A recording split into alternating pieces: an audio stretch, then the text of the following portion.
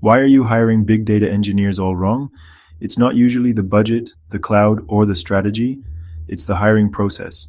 You posted the job, sifted resumes, made an offer, then months later the pipelines still crumble. Watch this guide and you'll get a clear, compliant, step-by-step framework to assess big data engineer candidates. You'll learn the must-have technical skills, the soft skills that predict success, practical interview questions, and where to find the best talent. Ready? Let's treat this like building infrastructure, because that's exactly what a big data engineer does. Think of your company as a city and data as water.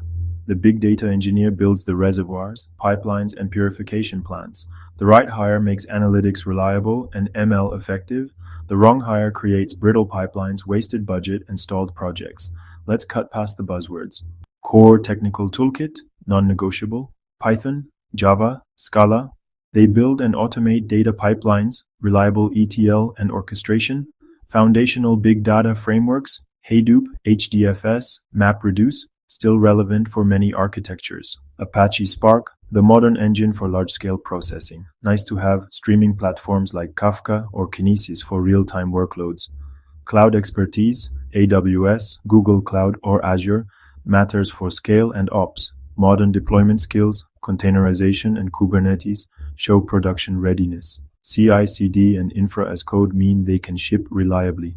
Technical skill is half the story, the rest is temperament, meticulous attention to detail, systematic thinking, breaking ambiguous problems into parts, relentless curiosity, driven to improve beyond works, communication.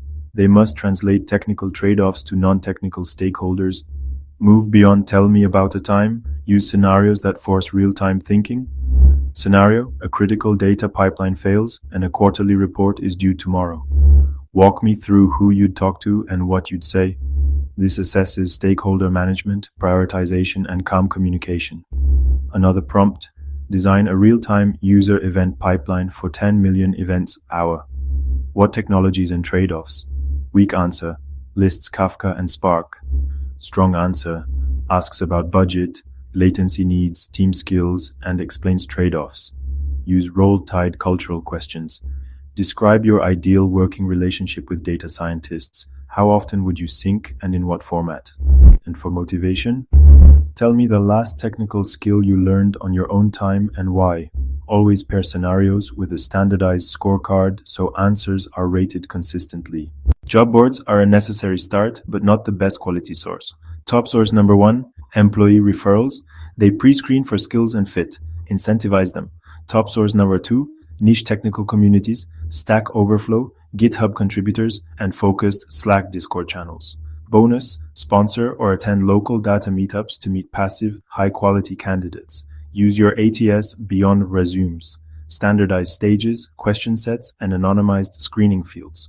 Give a paid take-home project with a real sample dataset, clean, transform, aggregate, and present results. Pair projects with standardized scorecards and blind initial code review to reduce bias.